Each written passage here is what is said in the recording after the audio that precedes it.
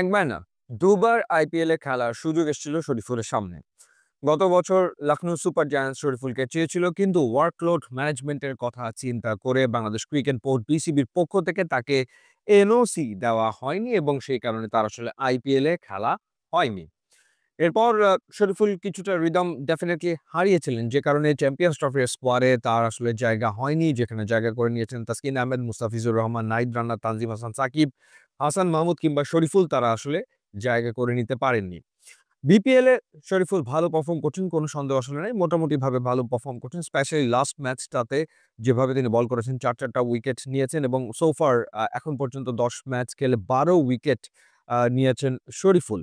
এবং এবার তার সামনে সুযোগ এসছে ইংল্যান্ডের ফ্র্যাঞ্চাইজি টুর্নামেন্টে খেলার।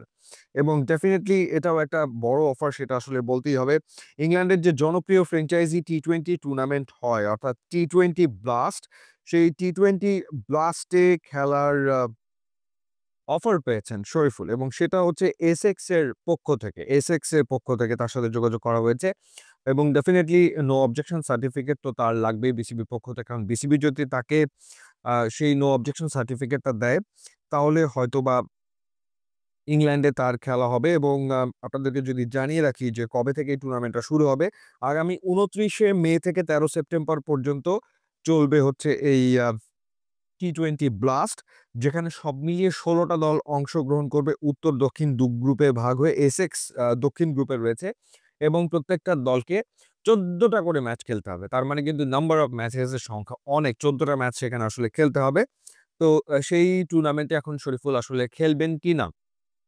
যেহেতু তিনি চ্যাম্পিয়ন্স ট্রফির স্কোয়াডে আসলে নেই, তো সেই ক্ষেত্রে বিসিবি তাকে এবার এনওসি ডেফিনিটলি দিতেই পারে এবং দেওয়া উচিতও। কারণ এই ধরনের টুর্নামেন্ট গুলোতে খেললেই আসলে ক্রিকেটারদের যে স্কিল, সেই স্কিলটা ভীষণ রকম ডেভেলপ করে। তো এই কারণে ইন্ডিয়া হোক, পাকিস্তান হোক, সব দেশের ক্রিকেটাররা যখনই তারা ইংল্যান্ডের কাউন্টি ক্রিকেটে খেলার সুযোগ পায়, ইংল্যান্ডে খেলার সুযোগ পায়, সেই সুযোগগুলো তারা আসলে লুফে নেয়। তো এখন শরীফুল যদি এই সুযোগটা কাজে লাগাতে পারে এবং এই টুর্নামেন্টে যদি শরীফুল পার্টিসিপেট করে, তাহলে আমার মনে হয় যে তার স্কিল ডেফিনিটলি বাড়বে এবং হয়তো চ্যাম্পিয়ন্স ট্রফির স্কোয়াডে তিনি নেই, কিন্তু তিনি ডেফিনিটলি আবারও ন্যাশনাল টিমে ঢুকবেন। টি-20 তে তিনি আসলে রয়েছেন। সো এই টুর্নামেন্টটা তার ভীষণ রকম কাজে লাগবে। এখন দেখার ব্যাপার যে বিসিবি তাকে আসলে এই টি-20 ব্লাস্টে খেলার ছাড়পত্র দেয় কিনা। YouTube এবং Instagram লিঙ্ক দেয়া আছে। আপনারা যোগ দিলে খুবই খুশি হব। And thanks for watching.